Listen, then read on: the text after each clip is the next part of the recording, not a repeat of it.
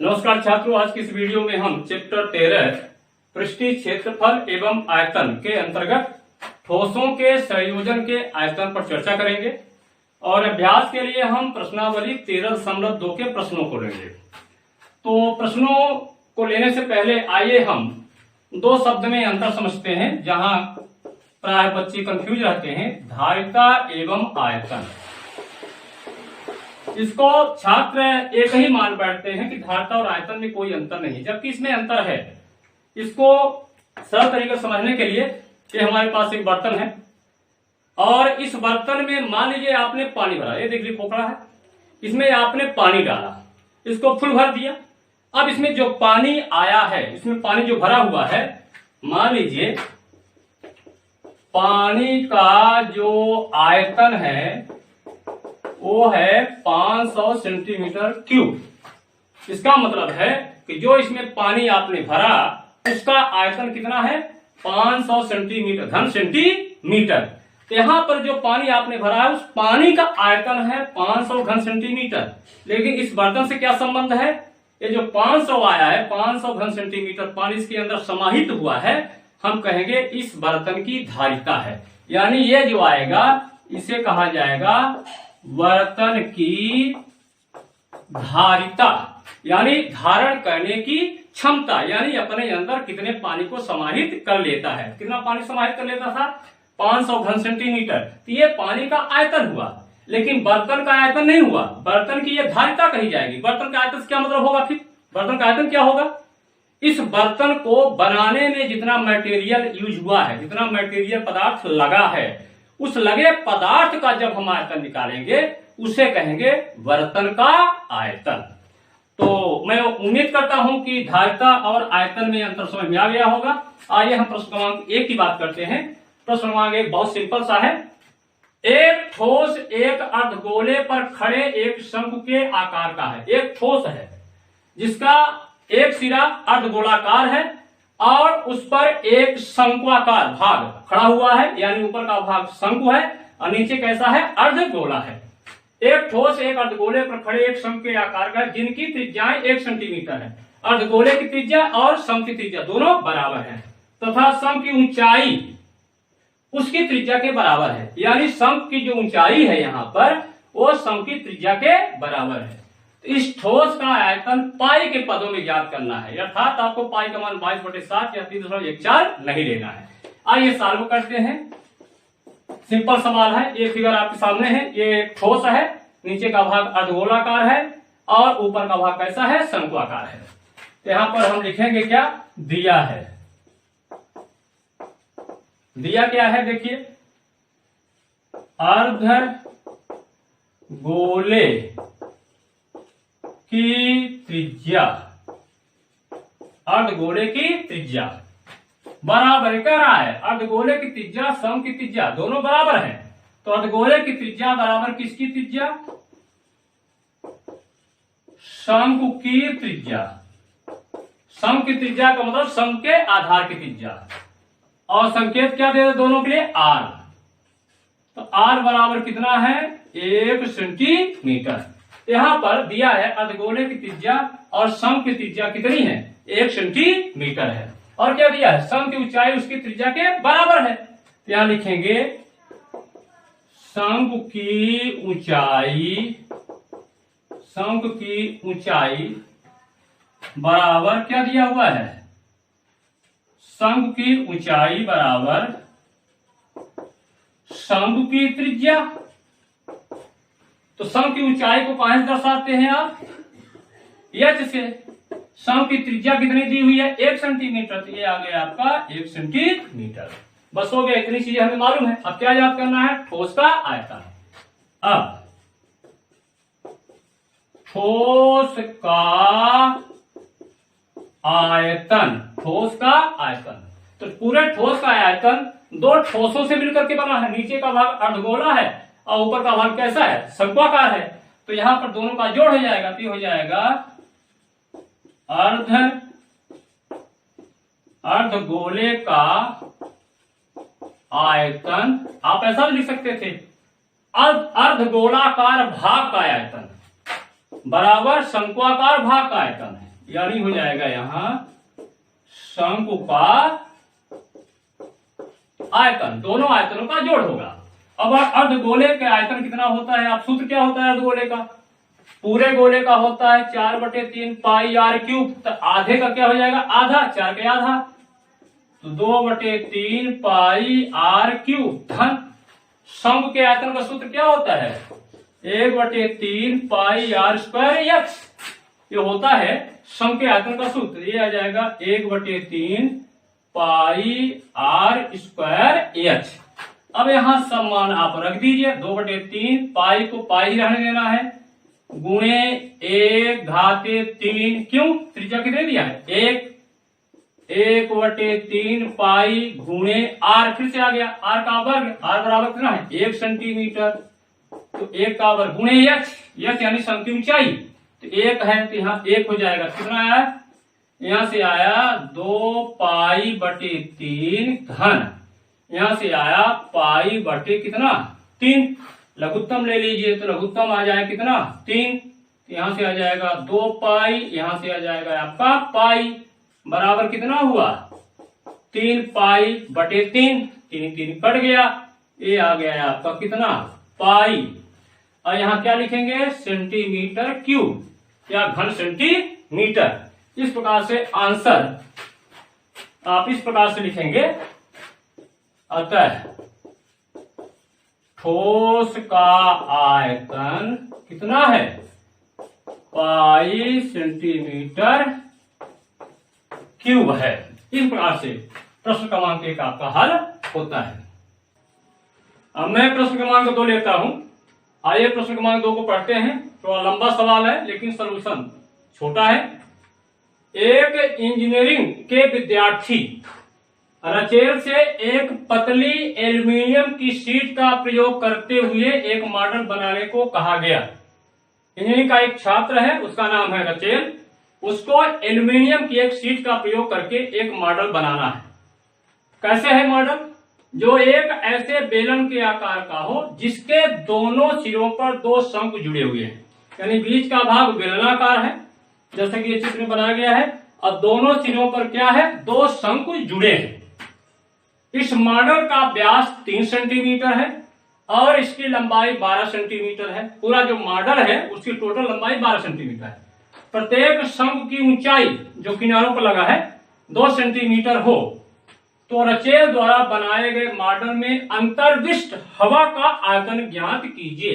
यानी मॉडल के अंदर जो हवा समाहित है उसका आयतन पूछ रहा है। यह मान लीजिए कि मॉडल की आंतरिक और बाहरी विमाएं लगभग बराबर हैं, अर्थात जो शीट है बहुत पतली है, तो जो आंतरिक त्रिज्या है बेलन की और जो बाह्य त्रिज्या दोनों लगभग बराबर है। तो यहाँ पर आइए इसको हम सॉल्व करते हैं। इस चित्र बना हुआ है, जरा देखिए, ये मॉडल है।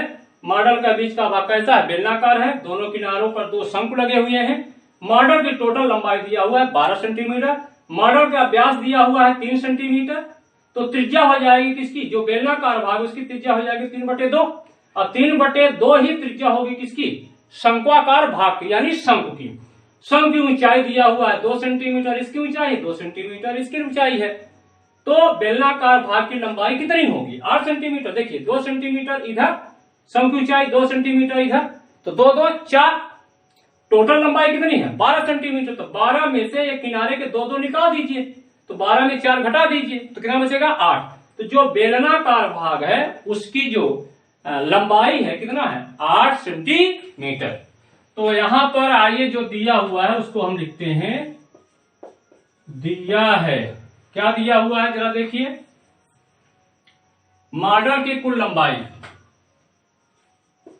मॉडल का जो दिया है ऐसा लिखिए, मॉडल का व्यास बराबर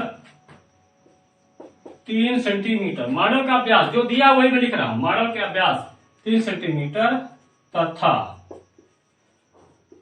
कुल लंबाई बराबर कितना दिया हुआ है 12 सेंटीमीटर। 12 सेंटीमीटर, ये तो मॉडल की बात हो गई।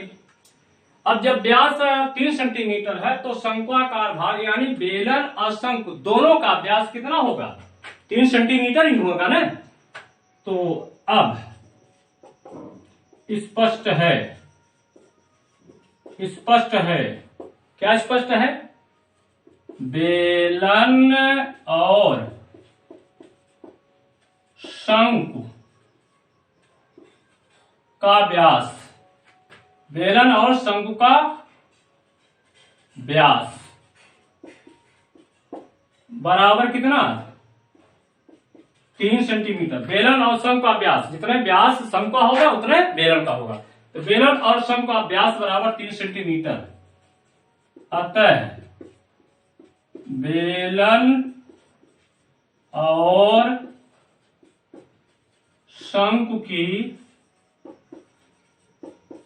त्रिज्याएं, दोनों त्रिज्याएं बराबर होंगी। व्यास का आधा होगा, त्रिज्याएं R बराबर होगा व्यास बटे 2, तो 3/2 सेंटीमीटर।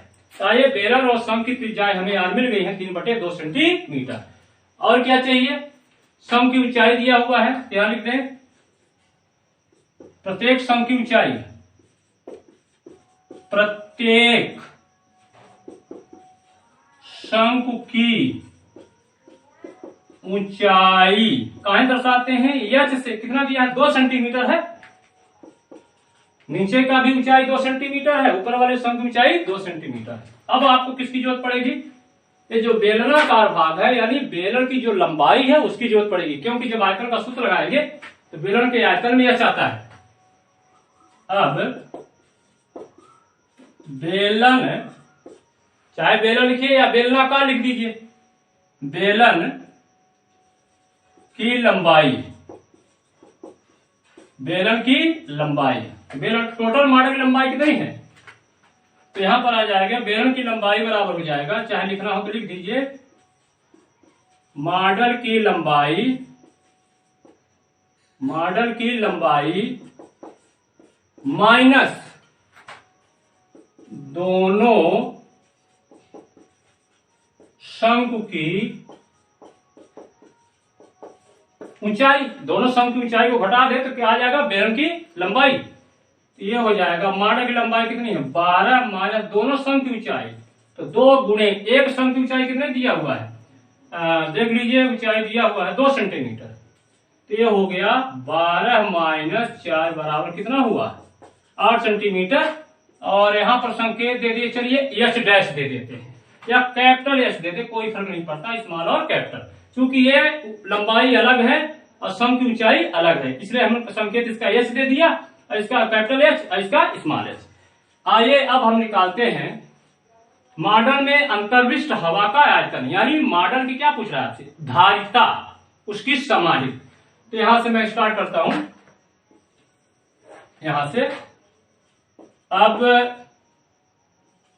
मॉडल में अंतर्विष्ट, अंतर्विष्ट, अंतर्विष्ट का मतलब होता है समाहित।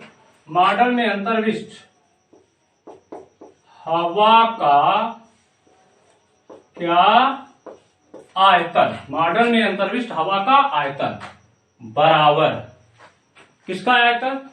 यहां से यहां तक भाग बेलनाकार है, यह जाएगा बेलन का आयतन धन दोनों शंकु का आयतन, दोनों शंकु का आयतन, यानी जो जैसा भाग जिस आकार का है उसके आयतन का सूत्र यहां लगेगा। तो बेलन के आयतन का सूत्र क्या होता है? पाई आर स्क्वायर एच, लेकिन ध्यान रखना है यहां कैपिटल एच है। बेलन की ऊंचाई या लंबाई क्या माना है आपने? Capital H. दोनों शंकु का आयतन यानी 2 गुणे एक शंकु का आयतन, एक शंकु के आयतन का सूत्र क्या होता है? 1/3 पाई आर स्क्वायर स्मॉल एच। ध्यान रखिएगा, शंकु की ऊंचाई को हमने क्या माना है? स्मॉल एच माना है। ये आ गया। अब यहां हम मान अभी नहीं रखते हैं, पहले आप पाई आर स्क्वायर कॉमन ले लीजिए तो प्रक्रिया आपकी सरल हो जाएगी। कैपिटल एच बचा यहां से क्या बचा? 2/3 और बचा स्मॉल एच।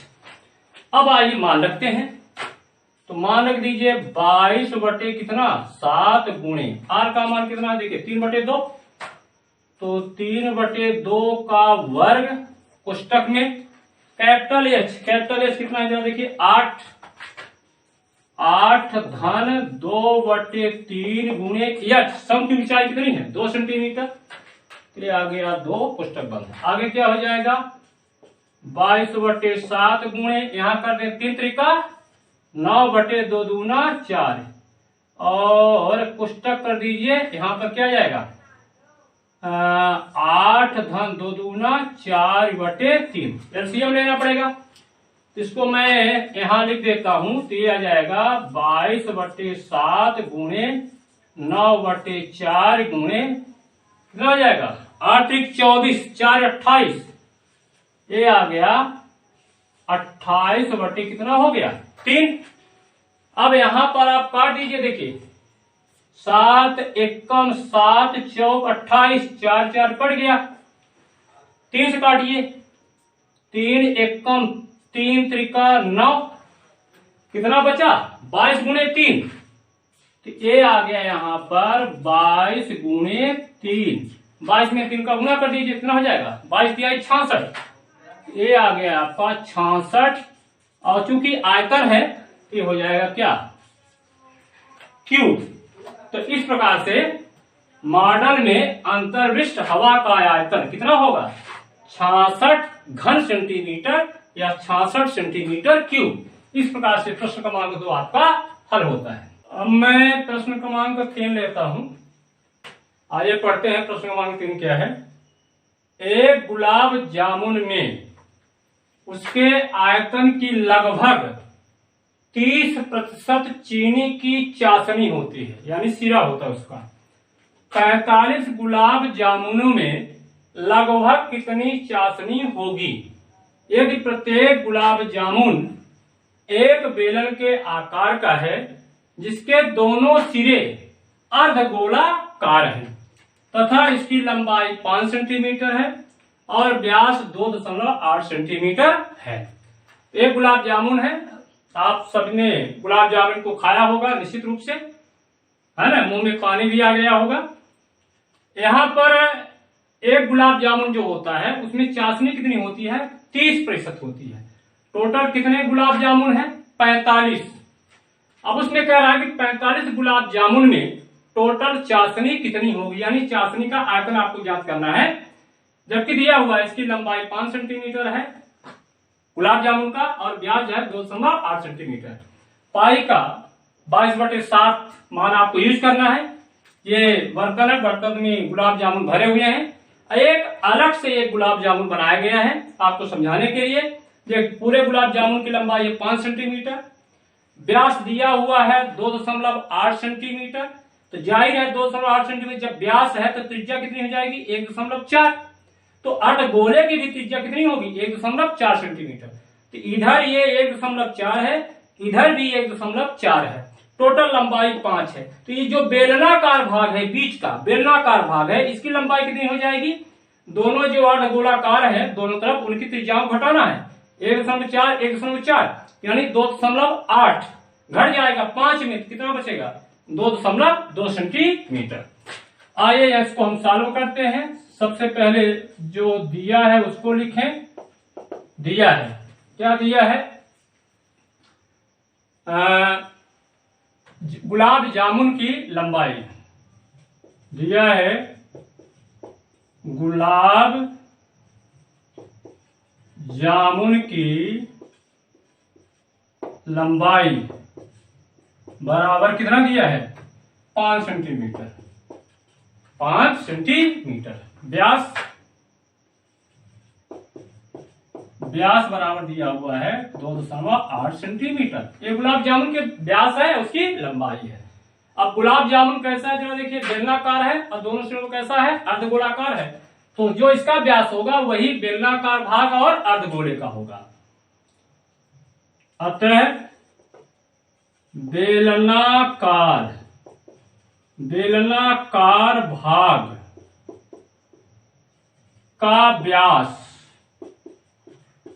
बेलनाकार भाग का व्यास बराबर अर्ध गोलाकार भाग का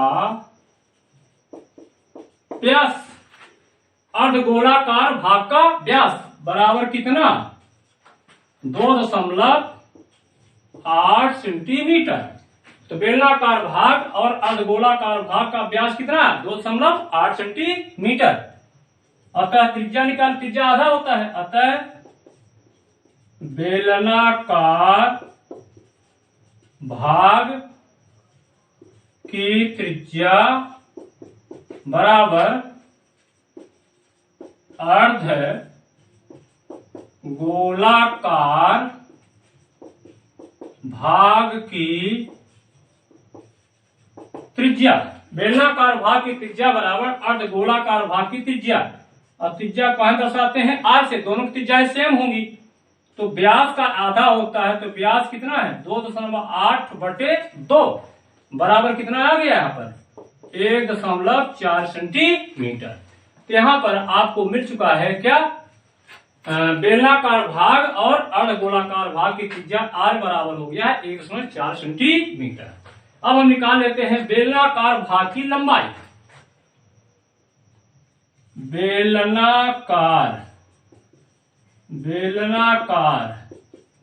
भाग की लंबाई कहीं दर्शाते हैं? बेलनाकार भाग है उसको हम एच से दर्शा देते हैं। तो चूंकि गुलाब जामुन की पूरी लंबाई 5 सेंटीमीटर है, ये 1.4 सेंटीमीटर 1.4 सेंटीमीटर इधर है अर्धगोले की त्रिज्या, ये दोनों को माइनस कर दीजिए तो आ जाएगा आपको क्या?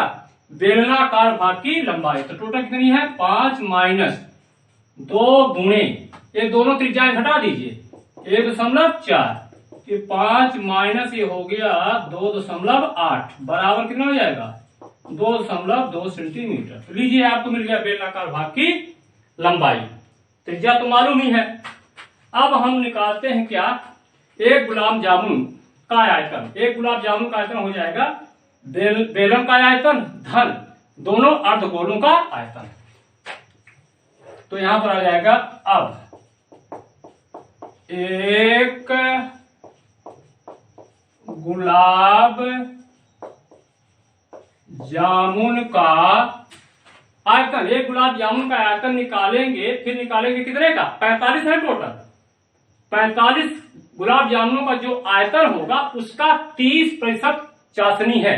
तो पहले आयतन निकाले 45 में गुलाब जामुनों का। तो 45 गुलाब जामुनों का आयतन निकालने से पहले हमें निकालना होगा एक गुलाब जामुन का आयतन। आयतन बराबर क्या हो जाएगा? बेलन का आयतन 60 में, बेलन का आयतन धन दोनों अर्धगोलों का आयतन, दोनों अर्धगोलों का आयतन। आइए सूत्र लगाते हैं बेलन के आयतन का। क्या होता है? ये होता है पाई आर स्क्वायर एच, जहां आर त्रिज्या है, एच उसकी ऊंचाई या लंबाई है, धन 2 अर्धगोले हैं तो 2 गुणे एक अर्धगोले का आयतन। एक अर्धगोले का आयतन क्या होता है? 2/3 पाई आर क्यूब। अब यहां पर ऐसा करते हैं, कुछ चीजें कॉमन ले लेते हैं, पाई आर स्क्वायर कॉमन ले लें तो सरल प्रक्रिया पड़ जाएगी। यहाँ क्या हो जाएगा? एच धन, यहाँ जाएगा 2 दूना 4/3, यहां से एक आर बचेगा। अब इसमें मान रखें पाई का मान आपको लेना है 22/7 गुणे आर का मान आया है देखिए 1.4, तो 1.4 का वर्ग गुणे एच बराबर कितना है? देखिए बेलन की 2.2 धन 4/3 गुणे आर। आर का मान कितना है? 1.4 है, 1.4 कितना हो गया? अब ये आ जाएगा 22/7 गुणे 1.4 का मतलब है 1.4 गुणे 1.4, 2 बार गुणा होगा, ठीक है सॉरी। और यहां आ जाएगा 2.2 धन, यहां जाएगा 14 चौका 56, 5.6/3 तो यहाँ से काट दिए, 7 एक कम, 104 है, ये आ गया 7 दूना 14 यानी 8.2। तो ये हो गया 22 गुणे 14 दूना 28, ये हो गया 0.28। कितना आ गया? यहाँ लघुत्तम ले लीजिए 3, 22 66, कितना आ गया? धन ये हो गया 5.6। अब यहाँ गुणा कर लीजिए तो कितना आ जाएगा आपका?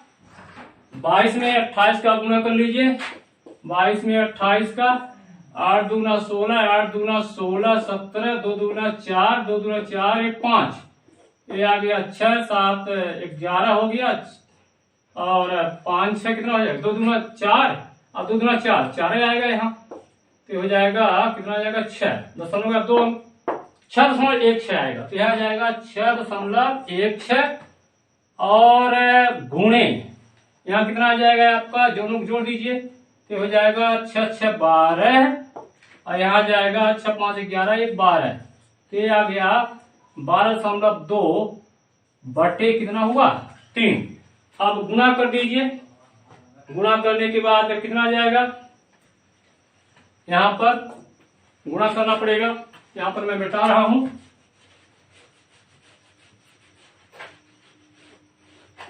तो यहाँ जाएगा 1 6 गुणे हो जाएगा 12.2, 2 छक्का 12, 2 एकम 2 1 3, 2 छक्का 12, वही आएगा 2 3 2 1, 1 छक्के 6, 1 एकम 1, 1 छक्के 6, 2 5 6 5 11, 2 2 4 1 5, 6 1 7, ये आ गया आपका 75.152, ये आ गया 75.152 बटे 3 सेंटीमीटर क्यूब। ये आ गया एक गुलाब जामुन का आयतन। आपको एक गुलाब जामुन का आयतन नहीं, आपके पास कितने गुलाब जामुन है? 45, तो निकाल लीजिए 45 गुलाब जामुन का आयतन। अब 45 गुलाब जामुनों का आयतन बराबर हो जाएगा 45 गुणे 1 गुलाब जामुन का आयतन, तो ये हो जाएगा 45, ये हो गया 45 गुणे 75.152 बटे 3, 3 का यहाँ भाग दीजिए, 15 आ गया, यहाँ गुणा कर दीजिए, 15 दूना 30, 15 पचे 75, 3 78, 7 15 एकम 15 7 22, कितना जाएगा? 2, 15 पचे 75, 2 77, फिर से आ गया आपको 7, 15 7 कितना होगा? 105, 7 12, 112, ये आ गया आपका 11.27, और यहाँ जीरो लास्ट में कोई महत्व नहीं है, तो 1127.28 सेंटीमीटर क्यूब।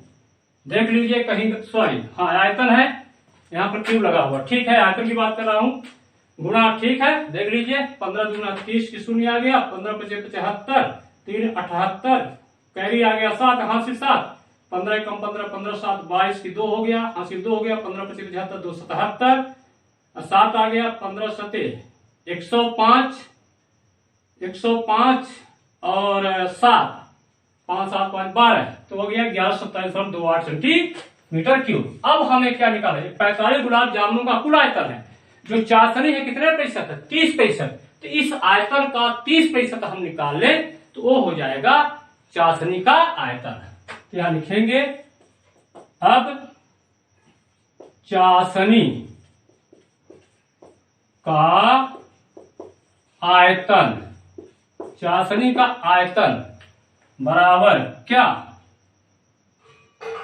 गुलाब 30%, सीधे लिखिए, चाशनी का आयतन बराबर हो जाएगा 1127.28 का कितने प्रतिशत? 30%, क्योंकि 30% चाशनी है, तो ये आ जाएगा 1127.28 गुणे 30 बटे कितना हो जाएगा? 100। तो यहां से काट दीजिए, 10 रहने दीजिए, 3 का गुणा कर दीजिए, तो कितना हो गया 3 अठे 24 और 3 अठे 24, 2 आया 3 दूना 6, 2 8,